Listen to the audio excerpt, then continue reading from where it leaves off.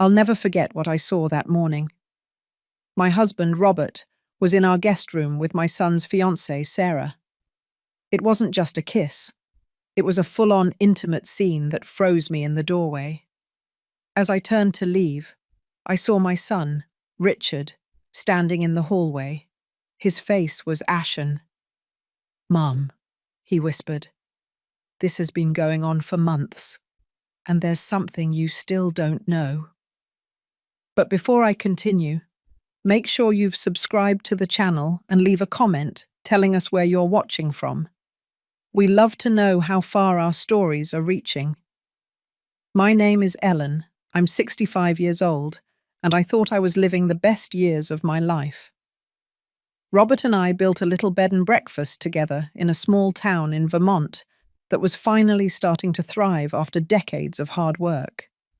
Our son, Richard, who was 32, had just returned from Italy after getting his master's degree in culinary arts and was about to marry Sarah, a young chef he'd met during his studies. That Friday in September, the wedding was set for 2 weeks from now. The flowers had already been chosen, the menu was finalized, and the invitations had been sent.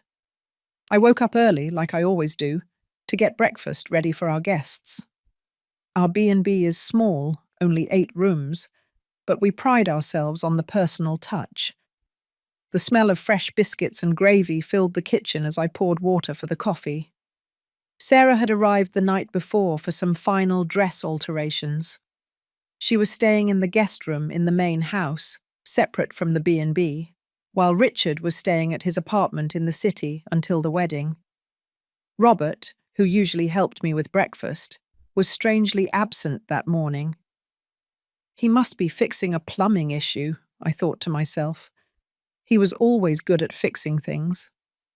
I finished arranging the fresh fruit platters and decided to go look for him. The house was quiet, except for the distant sound of voices coming from the hallway that led to the bedrooms. I thought maybe Sarah was awake, chatting with Robert about the wedding plans. As I got closer, I realized the voices were coming from the guest room. The door was ajar. I don't know what made me pause before I knocked. Maybe the tone of their voices, maybe an instinct I didn't know I possessed. Through the crack, I saw something I never in my life imagined I would see. Robert was sitting on the edge of the bed, with Sarah standing between his legs. His hands were on her waist, under the silk nightgown I had given her myself as a welcome gift to the family.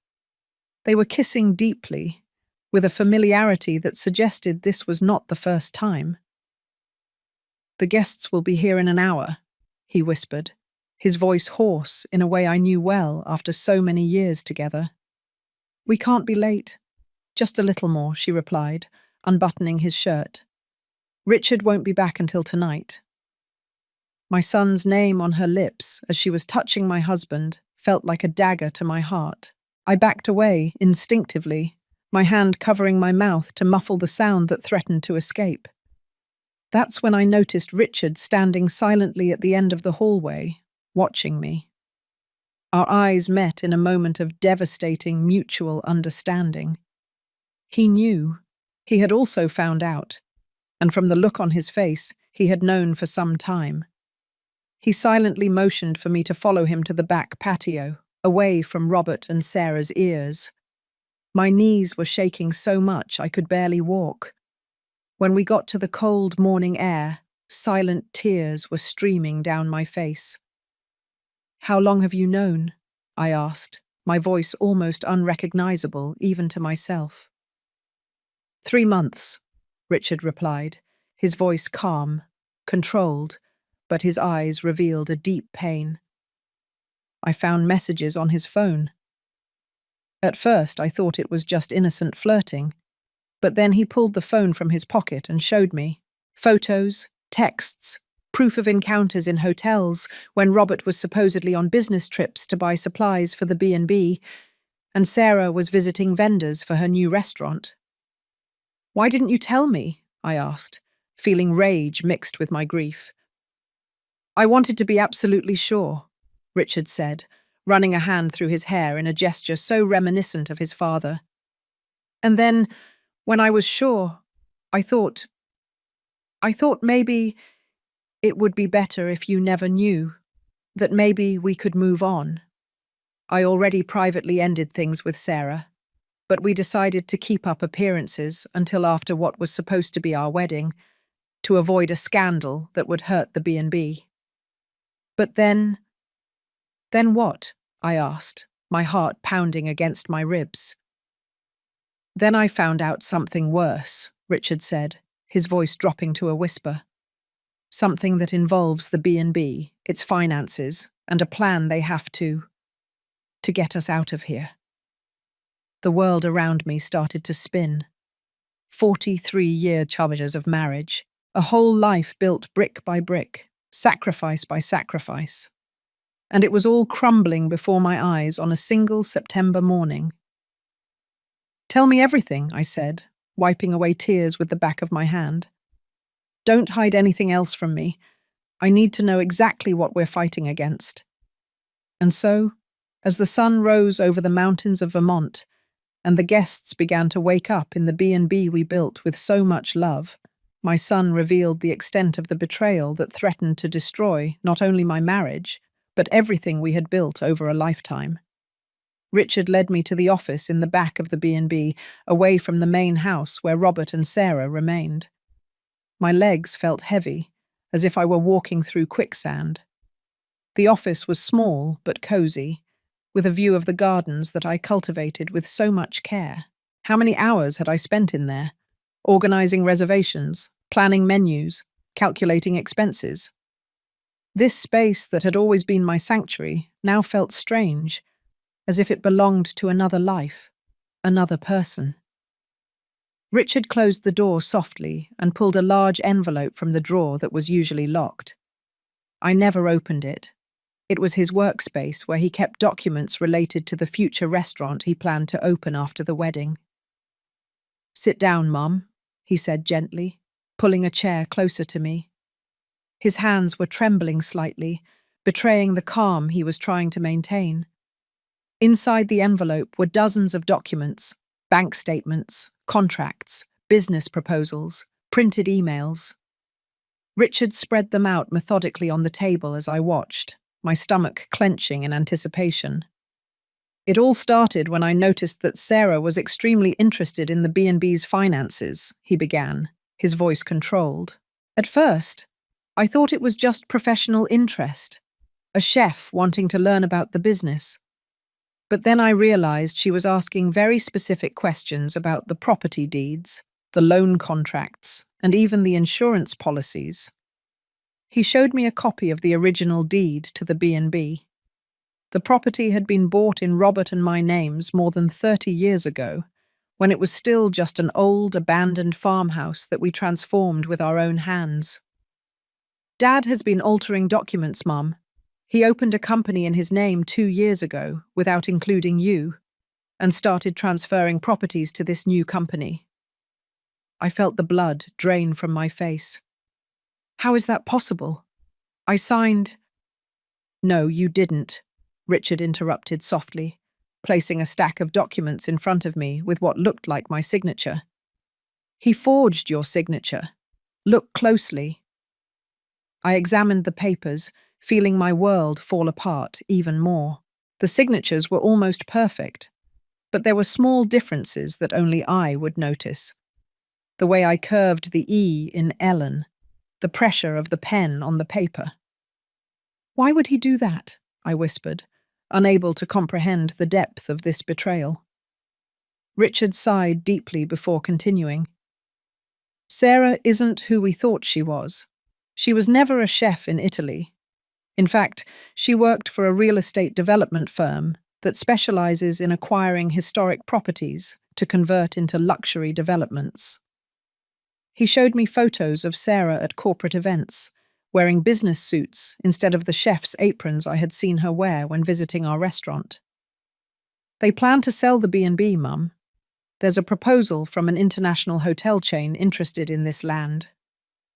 The value is astronomical." I looked at the document he showed me, a purchase proposal for $8.5 million. But the B&B is our life, I murmured, feeling dizzy. It's everything we built together. For you and me, yes, Richard said, his voice bitter. For Dad, apparently it's just an asset to be liquidated. And the wedding? I asked. The reality hit me in successive waves. Was it all a sham? Richard nodded slowly. Sarah met me in Italy, but it wasn't by chance. She was sent to get close to me when the development firm found out about the B&B. The plan was simple. Marry me to get legal access to the family, help Dad transfer the assets to the new company without raising suspicion, and then, after the divorce, split the profits from the sale. And your father? I asked, barely able to get the words out. How did he get involved in this? I'm not sure when the romance started, Richard said, avoiding my gaze. But from the messages I found, it seems that Sarah approached him first with the business proposal, and then things evolved. I think he was already dissatisfied, maybe bored with life here, dreaming of a luxurious retirement somewhere sunny. I remembered how Robert had often talked about friends who had sold their businesses and moved to the coast or abroad. How he would sigh when he saw reports about resorts on tropical beaches. I always considered these comments harmless dreams, never imagining they could be the seeds of a real plan. And you discovered all this? 3 months ago, Richard completed. I found a document on Sarah's laptop when she left it open. It was a report for her superiors at the development firm detailing the progress of the Mountain View Inn project. There were photos of me, of you, of Dad, detailed descriptions of our routine, of the inn's finances. It looked like a spy dossier. I closed my eyes, trying to absorb the shock of each new revelation. This wasn't just a matter of marital infidelity. It was an elaborate conspiracy to steal not only my husband, but also our family's legacy. What did you do when you found out? I asked. I confronted Sarah, Richard said, running a hand through his hair nervously. She denied it at first, but when I showed her the proof, she changed tactics. She offered me a share in the deal. She said I could make a lot of money, start a new life, open my own restaurant anywhere in the world. And Dad? Did you confront him too? Richard shook his head. I didn't have the courage, he admitted, with shame in his voice. I kept up appearances with Sarah, pretending I was considering her proposal, to buy time while I gathered more evidence and tried to figure out how to protect you and the B&B. I planned to call off the wedding at the last minute, claiming personal doubts, but I never imagined that you would find out. Not like this. I looked out the office window, toward the B&B that Robert and I built with so much love. Every stone, every floorboard, every rose in the garden told the story of our love, of our work together. Or at least, that's what I thought. What do we do now? I asked, feeling a cold determination replace the initial shock. Richard looked at me with surprise. Maybe he expected me to completely fall apart. Mum, we still have time, he said, a glimmer of hope in his eyes. The final property transfer is scheduled for after the wedding. Technically, the B&B is still ours, if we act fast. Then we'll act, I interrupted, straightening my posture. First, we need to talk to a lawyer. Today. I have a friend who specializes in real estate law, Richard replied promptly. We can meet him discreetly in the city. Good, I nodded. In the meantime, we need to act like nothing has happened. They can't know we found out. Richard looked at me with a mix of admiration and concern. Can you do that? Face Dad and Sarah knowing what you know? I took a deep breath, feeling a strength I didn't know I possessed. For 43 years I've taken care of this family and this business. I won't let them destroy everything now. At that moment, we heard footsteps approaching the office. Quickly, Richard gathered the documents and put them back in the envelope, returning it to the locked drawer. The door opened, and there was Robert, my husband, the man I had loved for more than 4 decades, smiling as if nothing were wrong. "Ah, there you are," he said casually. "The guests are asking about breakfast, Ellen." I forced a smile, a mask I never imagined I would need to wear with him. "I'm on my way, honey," I replied, my voice surprisingly steady. "I was just going over some wedding details with Richard." Robert nodded, his gaze briefly meeting Richard's before returning to me. Was there suspicion in those eyes I knew so well, or was it just my imagination? "Don't be long," he said, closing the door as he left. Richard and I remained silent for a moment, listening to his footsteps fade away. "The game starts now," I murmured, getting up and adjusting my apron. "Only now we're playing too."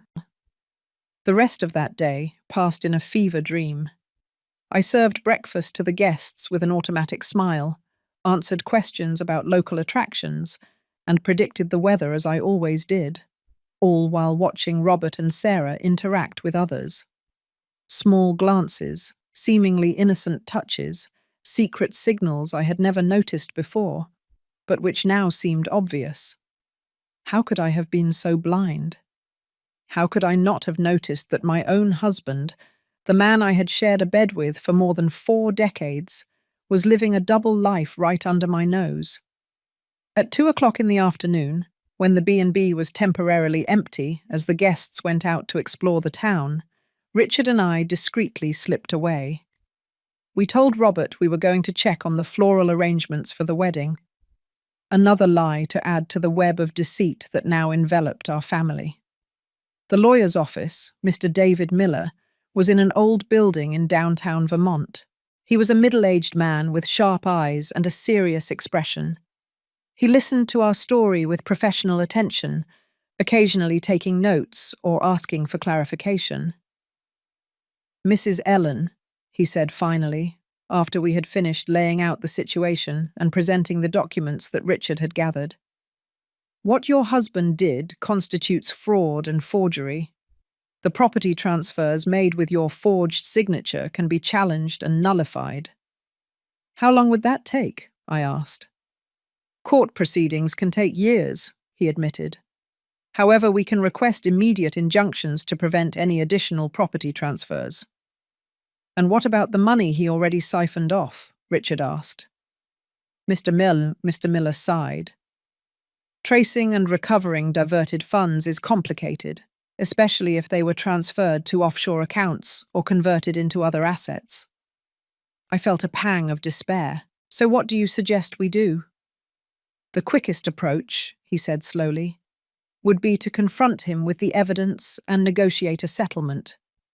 With what we have here, he would face serious criminal consequences. This can give you a strong position to negotiate." "I don't want to negotiate," I replied firmly. "I want my B&B back. I want to protect what we built." Mr. Miller looked at me with a mix of admiration and concern. "I understand, Mrs. Ellen. In that case, we need to act quickly and strategically." He then outlined a plan of action. First, we would file a formal complaint of fraud with the authorities. Simultaneously, we would initiate court orders to freeze all assets of the company Robert created and block any transactions involving the B&B. "This will create a legal obstacle that will prevent the sale," he explained. "No serious buyer would go ahead with a property tangled in litigation." "And what about the wedding?" I asked, looking at Richard. "It's scheduled for 2 weeks from now." "I'm not marrying her," Richard stated flatly. "But maybe we should keep up appearances until we have all the legal measures in place." Mr. Miller considered for a moment. "Postponing would be more prudent than abruptly cancelling. A cancellation could alert them that something is wrong."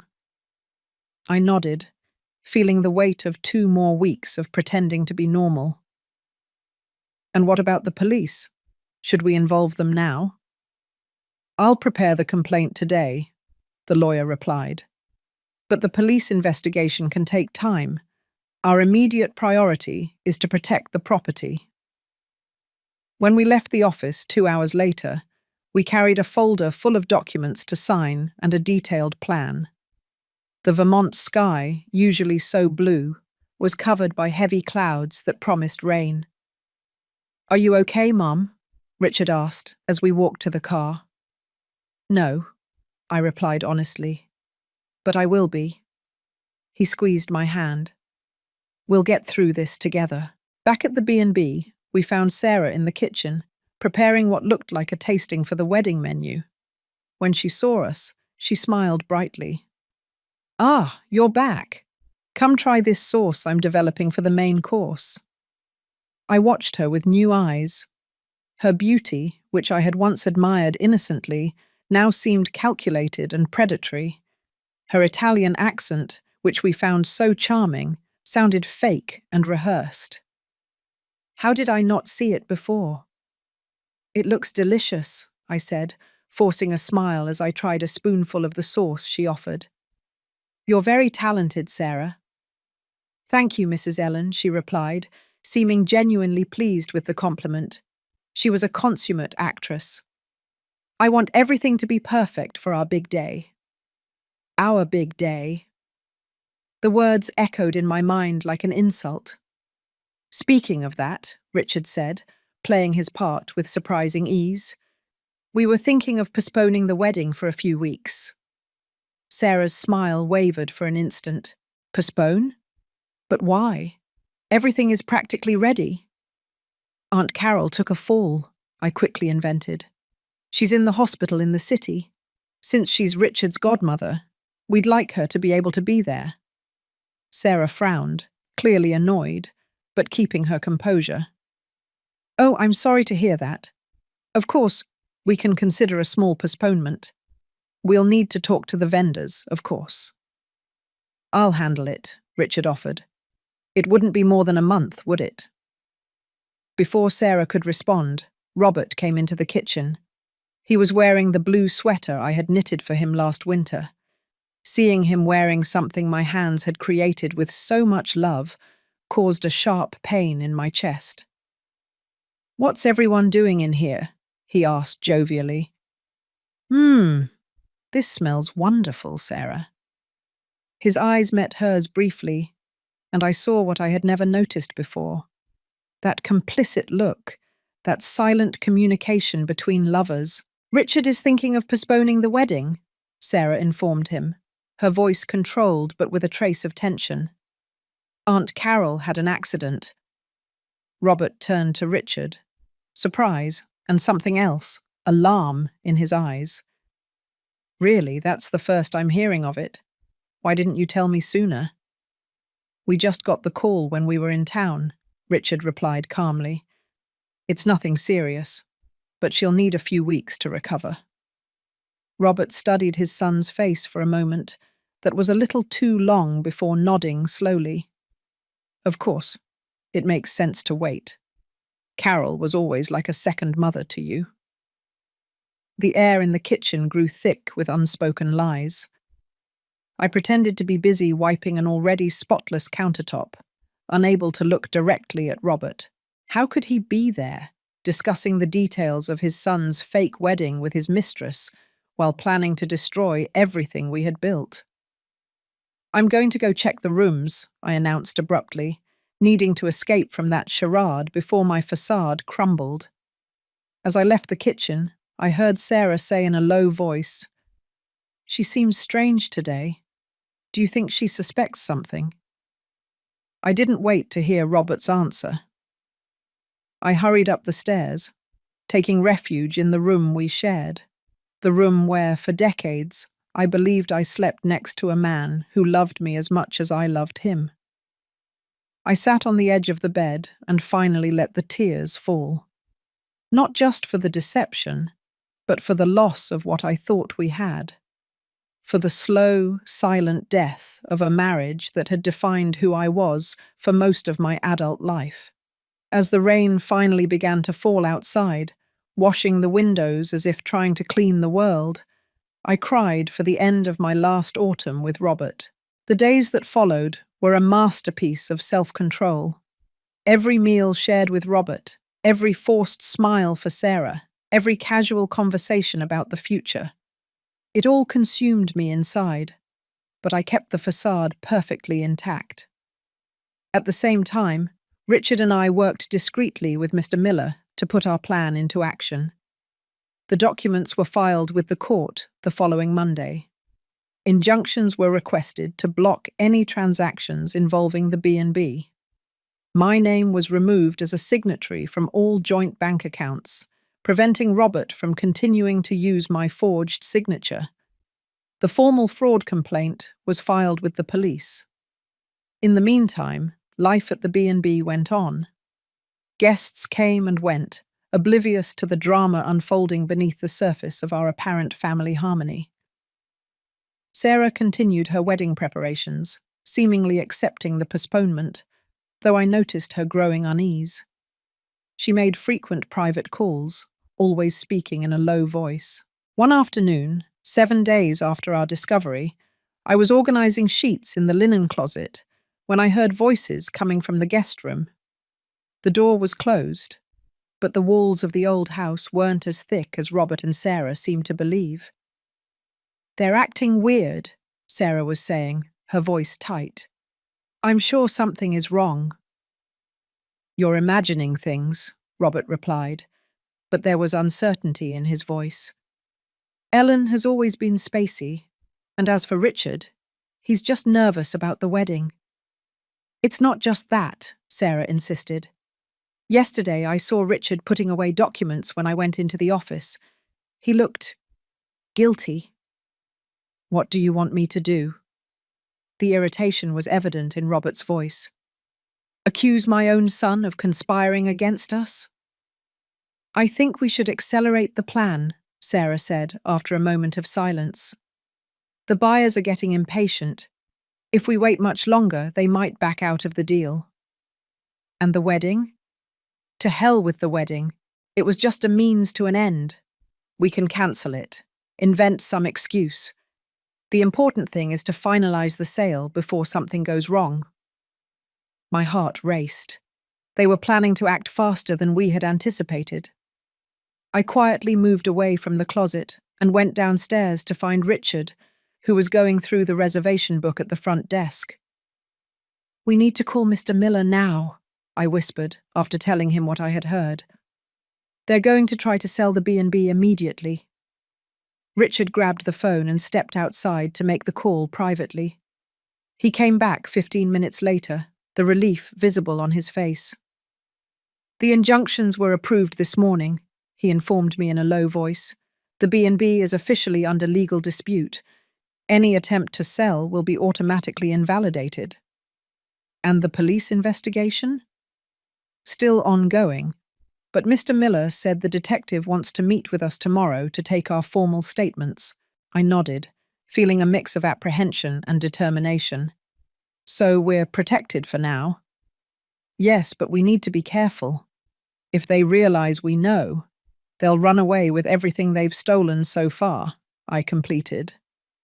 That night, we all had dinner together in the B&B's kitchen after closing, as we sometimes did. I had made pot roast with potatoes, Robert's favorite dish. It was surreal to lovingly serve the man who was planning to betray me in every possible way. "This is delicious, Ellen," Robert praised, savoring the dish as if nothing were wrong, as if he weren't living a lie. "Thanks," I replied automatically. "Your mother's recipe." Sarah watched our interaction with attentive eyes. "You two have such a sweet story together," she commented, her voice sweet as poison. 43 years. I can't imagine knowing someone for that long. "It's a lifetime," I agreed, meeting her eyes. "We built every piece of this B&B together, brick by brick. There's so much of us in here that sometimes I think the walls themselves hold our memories." I saw a slight discomfort pass over Robert's face. Was he feeling guilty, or just irritated by my inconvenient sentimentality? "Speaking of the B&B," he said, changing the subject, I was thinking maybe it's time to do some renovations, modernize a bit, maybe expand. My eyes briefly met Richard's. This was it, the beginning of the trap. What kind of renovations? I asked innocently, serving myself a little more salad. Nothing drastic, Robert replied, gesturing vaguely with his fork. But I've been talking to some investors interested in properties in the region. Tourism in Vermont is growing, and we could capitalize on that with some strategic upgrades. Investors? I repeated, keeping my voice neutral as my heart rate picked up. That's new to me. Just preliminary talks, he quickly replied. Nothing concrete yet. Sarah chimed in with artificial enthusiasm. It would be wonderful to modernize this place. Keep the rustic charm, of course, but add some luxury amenities, spas, maybe a heated pool. A pool would completely change the character of the B&B, I observed calmly. We've always prided ourselves on offering an authentic mountain experience, not a generic resort. Times change, Mum, Sarah said, with a slightly condescending tone that made my fingers grip the fork tighter. Today's tourists want comfort and luxury, even in rustic destinations. It's interesting that you're so sure about what tourists want, I replied, allowing a little of my true voice to show through. Considering you're a chef, not a hospitality specialist. A brief, awkward silence fell over the table. Richard cleared his throat. Actually, I was thinking, he said, getting in on the act, that maybe we should consider having the B&B registered as a historical landmark. The building is more than 100 years old, and that could give us tax benefits, as well as protect its original architecture. I saw the momentary panic in Robert and Sarah's eyes before they both controlled their expressions. A historical landmark? Robert shook his head. That would come with all kinds of restrictions on what we can do with the property. It sounds like a bureaucratic nightmare. I think it's a fascinating idea, I insisted, supporting my son. After all, we want to preserve what we built here, don't we? For future generations. Robert looked at me for a long time, and for a moment I saw something in his eyes that reminded me of the man I used to love. A hesitation, maybe even regret. But it disappeared so quickly that I questioned if it had ever really existed. Sure, he said finally. We can explore all the options. After dinner, while Sarah offered to do the dishes, another small part in her elaborate performance as the perfect daughter-in-law, Robert asked me to take a walk in the garden. The night was cold, and stars dotted the dark sky over the mountains. You've been distant lately, he commented as we walked among the rose bushes I had planted decades ago. Have I? I replied, watching my breath form little clouds in the cold air. Maybe I'm just tired. Planning a wedding is exhausting. It's more than that. He stopped, turning to face me. In the faint moonlight, his face looked older, more marked by the lines of time. You're different, more reserved. People change, Robert, I replied softly. Sometimes we find things out that change us. What things? There was a note of apprehension in his voice now. For a moment, I considered confronting him right there, in the garden I planted with my own hands, to rip off the mask and force him to face his lies. But it wasn't the right time. The plan wasn't complete. Nothing specific, I replied, turning my gaze to the distant mountains. Just the weight of the years, maybe, makes us think about what really matters in life. He nodded slowly, seeming momentarily relieved, but still suspicious. You know I love you, don't you? The words that for so many decades had been my comfort and joy now sounded hollow and false. It was like hearing an actor reciting his lines poorly. I know, I lied, the words bitter on my tongue. That night, lying next to Robert in the bed we had shared for almost half a century, I stayed awake, listening to his breathing, How was it possible for him to sleep so peacefully next to someone while planning to destroy everything that person loved? What kind of emptiness existed inside him that allowed for such duplicity? And even more disturbing, what did it say about me that I hadn't perceived the falsehood growing beside me all these years? The next morning, Richard and I left early for our meeting with Detective Rodriguez at the local police station. He was a stocky man with sharp eyes and an expression that suggested he had already seen every type of human deception imaginable. Forgery, document fraud, siphoning of assets, he listed after examining our documents. We have enough elements to initiate a formal investigation. How long will that take? I asked, aware that time was running out. Financial investigations are complex, Mrs. Ellen, he replied honestly. They would normally take weeks, maybe months, but considering the circumstances and the possibility that the suspects might try to leave the country, we can expedite the process. They plan to finalize the sale soon, Richard informed him. Possibly in the next few days. The detective nodded gravely. In that case, we'll need to act fast. I have two options for you. He explained that we could proceed with the most cautious approach, continue the investigation discreetly, gathering more evidence to build a stronger case. Or we could opt for an immediate intervention, with the police showing up at the B&B to formally notify Robert and Sarah that their activities were being investigated. The second option could alert them, cause them to destroy evidence or try to flee, the detective warned. On the other hand, it could prevent them from completing the sale. Richard and I looked at each other, weighing our options.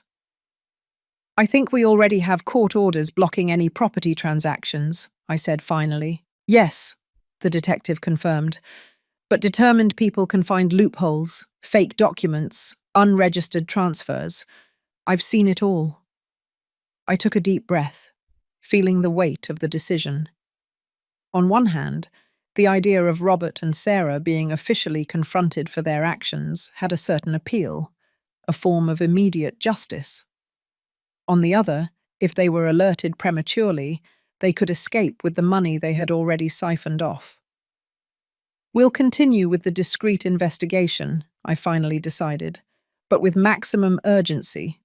In the meantime, we'll keep up the charade at home. Are you sure you can, Mum? Richard asked, concern evident in his voice.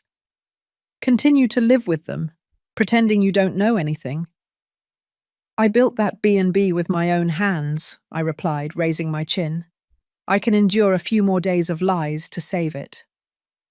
On the way back, Richard drove in silence, lost in his own thoughts.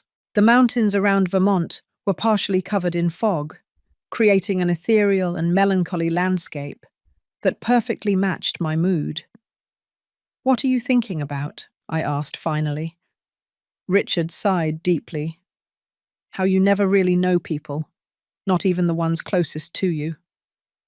Your father wasn't always like this, I said, surprising myself with my own need to defend the man who had betrayed me so completely. There was a time when he truly loved the B&B, when the dream was as much his as it was mine.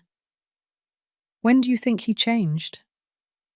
I reflected on the question, trying to pinpoint the moment my husband began to drift away, to dream of another life. Maybe when the B&B really started to succeed, about 5 years ago, I replied slowly. Paradoxically, the more we prospered, the less satisfied he seemed, as if the dream, once realized, had lost its luster. Richard nodded in understanding. And Sarah, how did you not notice anything? The question hurt, but it was fair. How did I not see the betrayal happening right under my nose? I think when you live with someone for so long, you start to see them through a lens you created yourself, I answered after a moment. You no longer see the real person, but the version of them that exists in your mind. And as for Sarah, I shook my head. She played the part of the loving daughter-in-law perfectly. I wanted to believe that you had found someone special.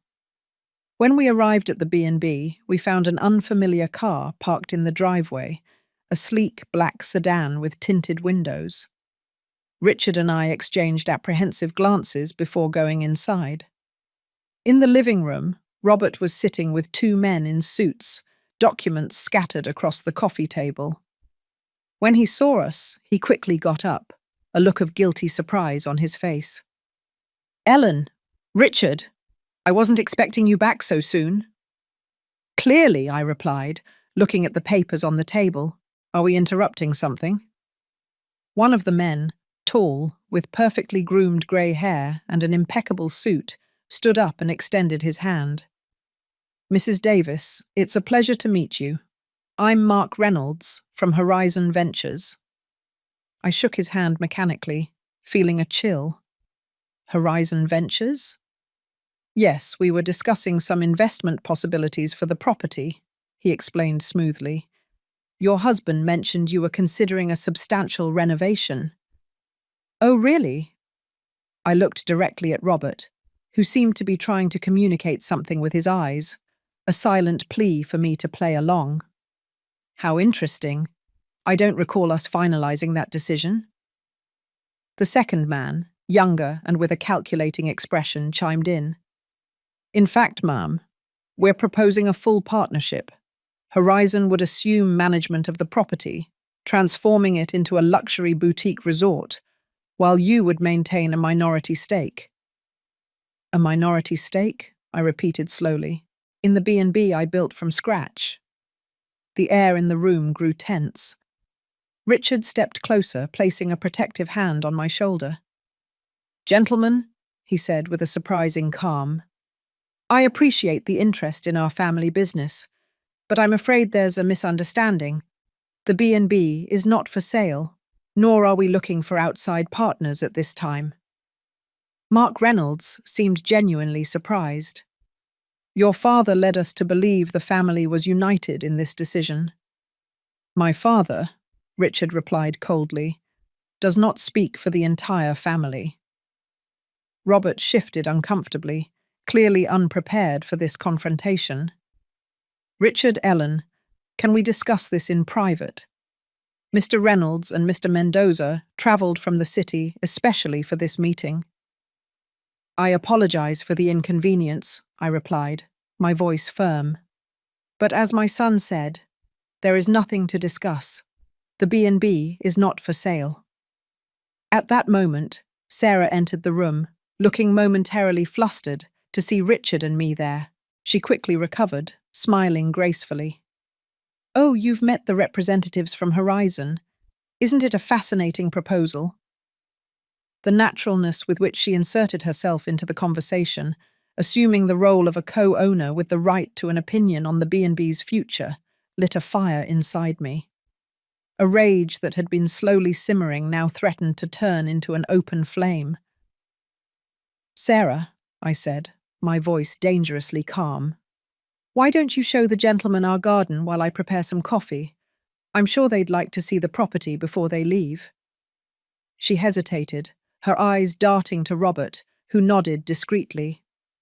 "Of course," she replied, regaining her composure. "This way, gentlemen."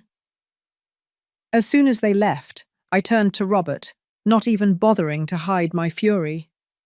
"How dare you try to sell our B&B behind my back?" Robert held up his hands in a placating gesture. "Ellen, it's not what it looks like. We're just exploring options. Nothing has been decided." "Don't you lie to me." The words came out louder than I intended. "You talked about a minority stake. That's not exploring options. That's negotiating the sale of our home." Richard stepped between us, always the peacemaker. "Dad, what's really going on here?" Robert ran a hand over his face, looking suddenly much older and more tired. "It's complicated." "Then explain," Richard demanded, "because it looks pretty simple from our point of view. You're trying to sell the B&B without consulting Mum, the legal co-owner." For a moment, I thought Robert was going to confess everything. I saw the struggle in his eyes, the weight of the lies finally becoming too heavy. But then, like a curtain closing, the vulnerability disappeared, replaced by a cold determination. "I'm doing what's best for all of us," he declared. "This B&B has been a drain on our lives for decades. We're getting old, Ellen. I don't want to spend my last years changing sheets and fixing pipes." "So that's it?" I asked, incredulous. "You're tired, so you decide to throw away everything we built?" "It's not throwing it away," he insisted. "It's evolving. Horizon's proposal is generous. Enough money for us to retire comfortably, maybe even buy that house on the beach you always wanted." I shook my head, amazed by his ability to distort reality. "I never wanted a house on the beach, Robert. That was always your dream, not mine." Our eyes met, and in that moment I realized the extent of the chasm that had formed between us. It wasn't just about the infidelity or the financial conspiracy. It was about the fact that after 43 years together, my husband didn't really know me. "This conversation isn't over," I said finally, composing myself. "But for now, we have guests to attend to. Unwanted guests, but guests nonetheless." I walked to the kitchen to prepare the promised coffee, leaving Robert and Richard in a tense silence. As the water boiled, I looked out the window to the garden, where Sarah was proudly showing the rose bushes to the Horizon executives. Rose bushes that I had planted, watered, and pruned over decades. The ease with which she claimed my work, my life, as if they were her own, was astonishing. In that moment, I made a decision. The time for pretending was over. It was time to end this game once and for all. The days that followed were filled with almost unbearable tension.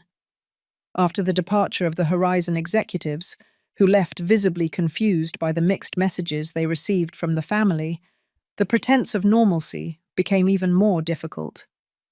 Robert was nervous, constantly checking his phone and making private calls. Sarah alternated between being overly solicitous with me and being distant, spending long periods locked in the guest room. Richard and I maintained constant contact with Mr. Miller and Detective Rodriguez. The investigation was moving quickly, with forensic experts analyzing the forged documents and tracing the suspicious financial transfers. Secret offshore bank accounts were discovered, concrete evidence of Robert's long-term plan. On the fourth day after the confrontation with the Horizon executives, I received a call from Mr. Miller while I was in town buying supplies for the B&B. "Mrs. Ellen," he said, his voice urgent, "we believe your husband and Ms. Smith are planning to leave the country." My heart raced. "How do you know?" "Our investigators found tickets bought in their names for flights to London, departing tomorrow night, and there was a large transfer from one of the offshore accounts to a British bank this morning." "They're fleeing," I whispered, grabbing the shopping cart to steady myself. "I'm afraid so. Detective Rodriguez is preparing arrest warrants, but they won't be ready until tomorrow. If they suspect we're closing in..."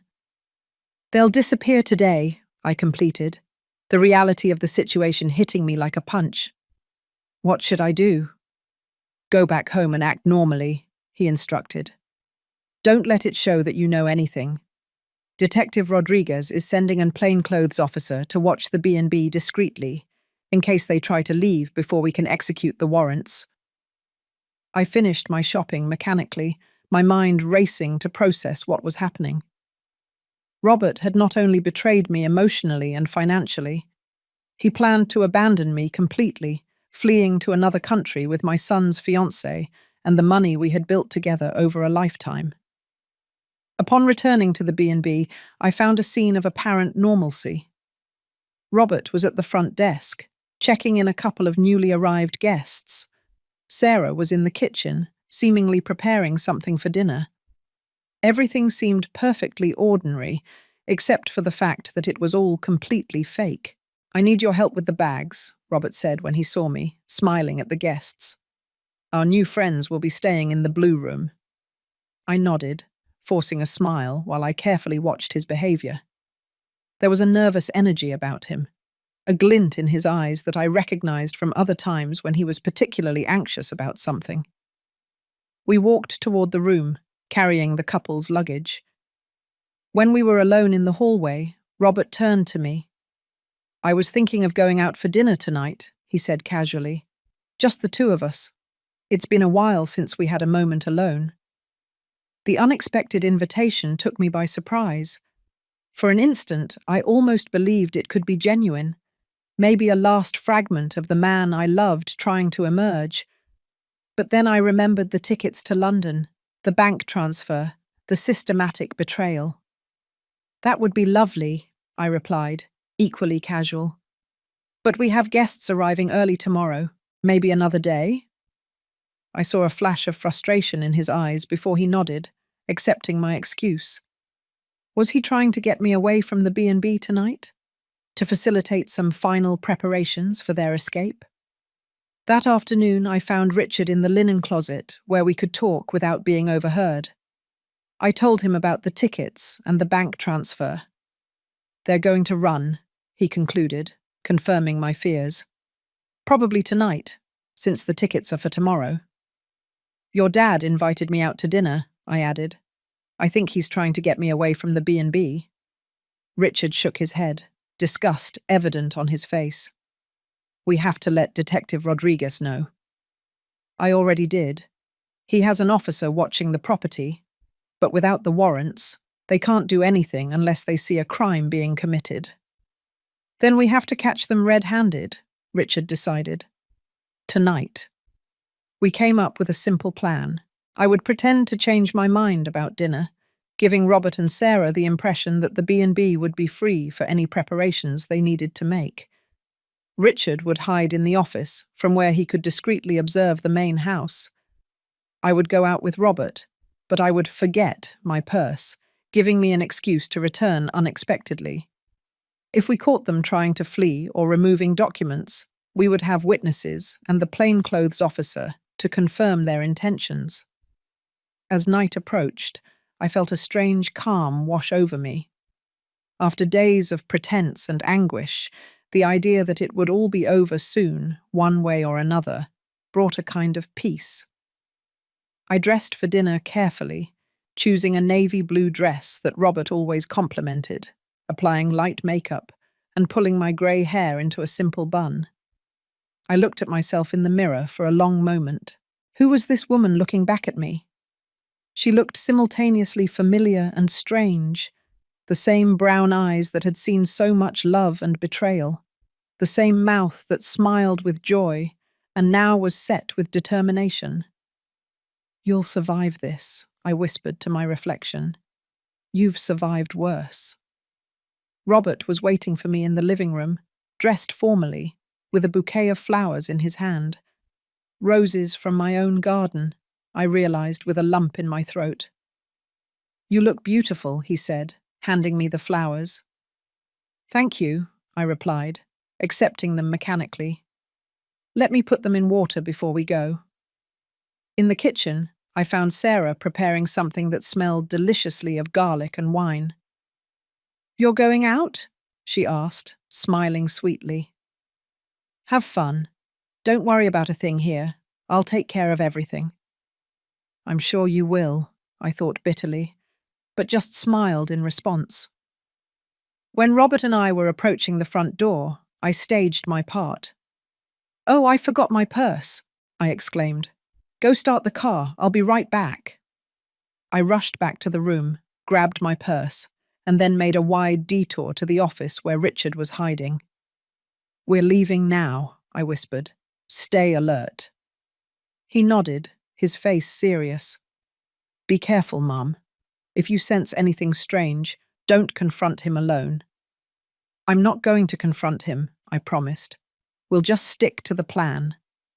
The restaurant Robert chose was elegant and discreet, about a 20-minute drive from the B&B. During the drive, he seemed strangely nostalgic, recalling the B&B's early years, the difficulties we faced together, the moments of joy when we started to succeed. If I didn't know better, I'd say he was trying to say goodbye. We took a table in the corner, with candles and a bottle of red wine he ordered without consulting the menu. My favorite, I noted.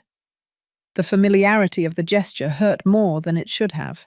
Ellen, he said after the waiter served the wine, I know things have been complicated between us lately. Complicated, I repeated, keeping my tone neutral as I took a small sip of wine. That's one way to describe it. He sighed, running a hand through his grey hair, a gesture so familiar I felt a pang of nostalgia despite everything. I want you to know that, despite everything, the years we spent together were the best of my life. The sincerity in his voice almost made me falter. Almost.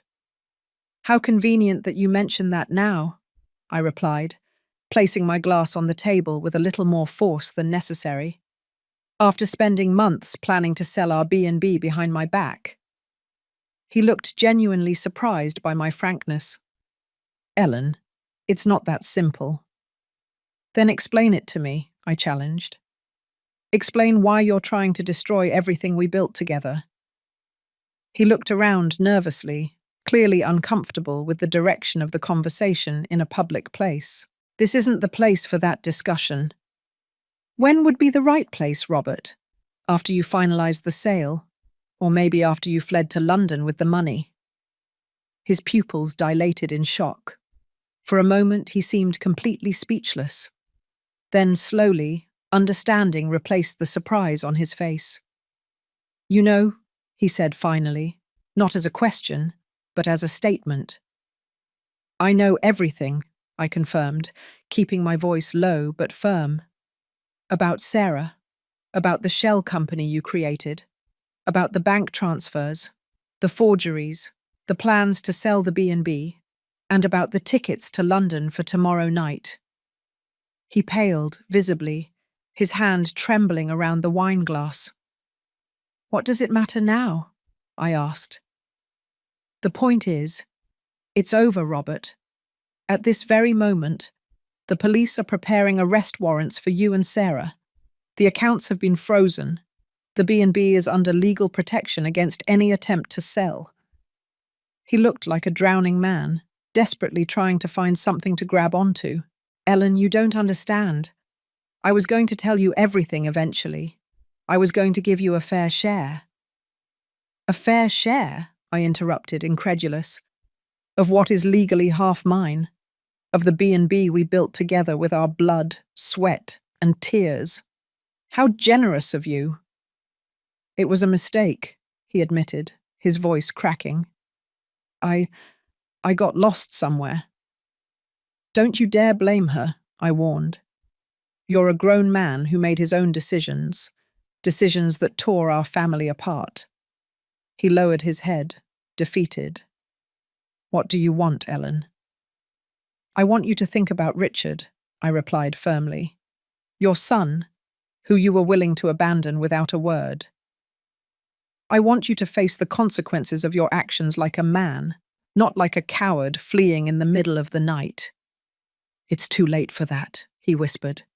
Things were set in motion that I can't simply undo. At that moment, my phone vibrated. It was a message from Richard. They're here. Sarah is packing. Police on the way. My heart raced. The message didn't make sense. Sarah should be alone at the B&B, not with them. Who else was there? I need to go to the bathroom, I said abruptly, getting up. In the private hallway near the restrooms, I called Richard. What's going on? I asked as soon as he answered. 2 men arrived 10 minutes ago, he replied, his voice tight and low. They're not the same ones from Horizon. Sarah greeted them as if she were expecting them. They're removing documents from the office and loading bags into their car. And the officer? I just alerted him. He called for backup, but he said not to interfere until they arrive. I'll be there in 15 minutes, I decided. Don't do anything reckless. I returned to the table, trying to control my expression. I need to get back to the B&B, I said, getting up and grabbing my purse. I forgot to leave important instructions for a late arriving guest tonight. Robert looked at me with suspicion. Now? In the middle of dinner? It's an emergency, I insisted. You can stay and finish your meal if you want. A somber understanding passed over his face. You know something is happening at the B&B right now, don't you? I didn't answer. I just looked at him firmly. I'm coming with you, he said, throwing his napkin on the table and calling the waiter to pay the bill. The drive back was tense and silent. Robert drove too fast, his hands gripping the steering wheel so hard his knuckles were white. I looked out the window at the lights of the houses we passed, each one holding stories and lives we would never know. How many other marriages hid secrets as deep as ours? When we reached the entrance of the B&B, we saw the flashing lights of 2 police cars. Robert stopped abruptly, his face a mask of panic. Ellen, he pleaded, turning to me. It's not too late. We can fix this. Do you really believe that? I replied. Some things, once broken, can no longer be repaired. I got out of the car and walked toward the B&B, feeling Robert follow a few steps behind me. In the front yard, a chaotic scene was unfolding. Sarah was being placed in the back of a police car, while 2 men I had never seen before were handcuffed and leaning against another police car. Richard ran to meet me. Thank God you got back safely. They were taking everything, documents, money, even some of your jewelry. Jewelry? I repeated, confused. We found it in Sarah's room, Detective Rodriguez explained, approaching us. Apparently she's been taking your personal belongings for some time. I looked at the jewelry a police officer was holding in a plastic bag. The pearl necklace my mother gave me, the earrings Robert gave me on our 20th wedding anniversary, the ruby brooch that had belonged to my grandmother. Small personal treasures that meant so much more than their monetary value. Robert remained frozen, watching the scene with a look of horror. When Detective Rodriguez approached him, he offered no resistance. Robert Davis, the detective said formally, you are being arrested on suspicion of fraud, document forgery, and siphoning of assets. You have the right to remain silent. As the detective read him his rights, Robert looked at me one last time. There was something in his eyes, not just fear or regret, but something deeper. Maybe the belated realization of what he had thrown away. I'm sorry, he murmured, as he was led to the patrol car. I stood there, in the garden I had cultivated for decades, watching my husband of 43 years being taken away by the police. The roses I had planted with so much love now bore witness to the end of my marriage. A cold breeze blew, making the flowers sway gently, as if saying goodbye. Richard put a protective arm around me. Are you okay, Mom? No, I replied honestly, but I will be. The months that followed were an emotional roller coaster. The case became a minor local scandal. The respected B&B owner betrayed by her husband, who conspired with her son's fake fiancée. Sarah was charged not only with fraud related to the B&B, but also with siphoning off funds from her old job. The 2 men caught at the B&B were her accomplices, hired to help with the escape and the transfer of the stolen goods. Robert, after realizing the extent of the evidence against him, made a deal with the prosecution, confessing to his crimes in exchange for a reduced sentence. I discovered that he had siphoned off almost $2 million over the years, hidden in offshore accounts. With the help of the lawyers and the justice system, we were able to recover most of the money. The divorce was finalized in record time, given the circumstances. The B&B remained entirely mine, as did the recovered funds. Robert was sentenced to 4 years in prison, of which he would likely serve less than 2 in a minimum security facility. One afternoon, about 6 months after that fateful night, I received a visit request at the B&B. It was Mary, Sarah's mother, an elegant woman who had never fully approved of her daughter's engagement to Richard. Receiving her on the B&B's patio was one of the strangest moments of my life. Two women united by the betrayal of their loved ones, sitting and having tea as if it were a normal social visit. "I wanted to apologize in person," she said, after a few moments of polite but tense conversation. "I never imagined Sarah was capable of something like that." "None of us truly knew the people we loved," I replied, surprised by the lack of bitterness in my voice. "That's perhaps the hardest lesson of all this." "She was always ambitious," Mary reflected, looking toward the garden. "Ever since she was a little girl. She always wanted more than we could give her. I thought time would teach her to value other things besides money and status, but—" Her voice broke, and I saw in her the same kind of pain I was carrying myself. The pain of discovering that someone we love deeply is capable of cruelty and deceit. "How is your son doing?" she finally asked. "Richard is doing well," I replied. "He took over the B&B's management with me. He's turning the pain into something constructive." What I didn't mention was that he had also started dating a young historian who often came to the region to research colonial architecture. A budding relationship, cautious but promising. Life went on, in unexpected ways. "And you, Ellen?" Mary asked, her eyes meeting mine with a shared understanding. "How are you, really?" The question took me by surprise. In recent weeks, everyone seemed to be walking on eggshells around me, as if I were made of glass, avoiding touching my emotional wounds. It was refreshing to hear someone ask directly. "I'm figuring out who I am without him," I answered honestly. "It's terrifying and liberating at the same time. 43 years is a long time to define yourself as part of a couple." She nodded, understanding. "My husband passed away 12 years ago. I remember that feeling, like learning to walk again." We talked for a while longer, two women sharing experiences of loss and rebuilding. When she left, I felt a strange peace. There was something healing in sharing pain with someone who truly understood, even if that person was the mother of the woman who had tried to destroy my life. A year passed. The B&B not only survived the scandal but prospered. Our story, ironically, attracted a different type of tourist. People fascinated by the drama that had happened within those century-old walls.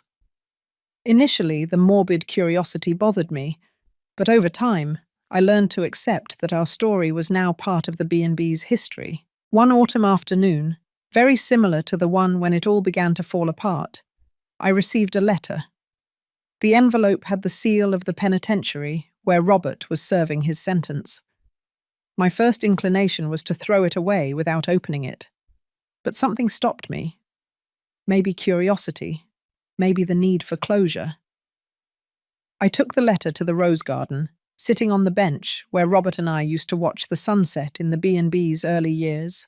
The rose bushes were now bigger and more vigorous than ever, as if they too had found new life after the storm.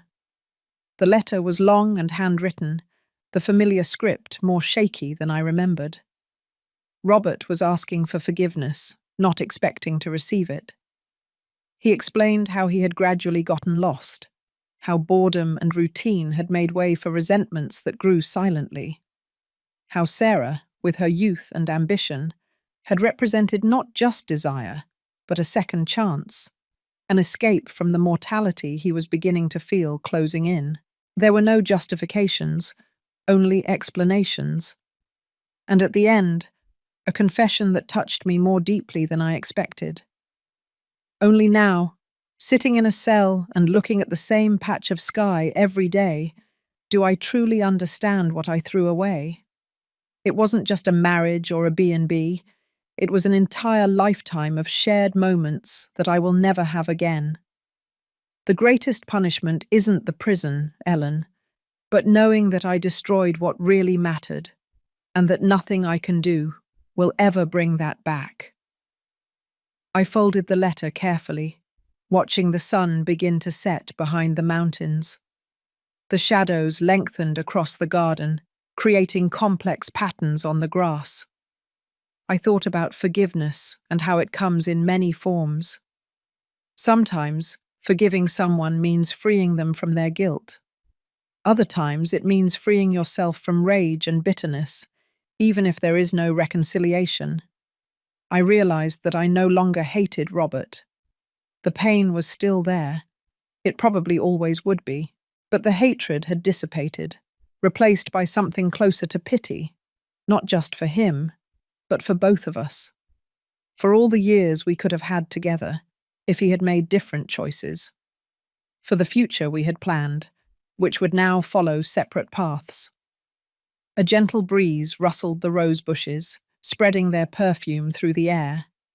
I closed my eyes, breathing deeply. Autumn was coming to an end, giving way to winter. But after winter, spring would come, and with it, new flowers, new possibilities. I understood then that this was the true nature of starting over. It wasn't about erasing the past or pretending the pain never existed. It was about acknowledging it, carrying it as a part of who we become, and still moving forward, allowing new gardens to flourish where old ones were destroyed. I put the letter in my pocket and got up, ready to go back to the B&B. My B&B, where Richard would be waiting to discuss the expansion plans we had started to develop. The life I knew had ended one autumn, but another life, unexpected and still to be discovered, was just beginning, and this time, it would be entirely mine. Now, if you liked this story, click on the next video appearing on the screen, because in it, you'll find a story of betrayal and revenge like you've never seen before.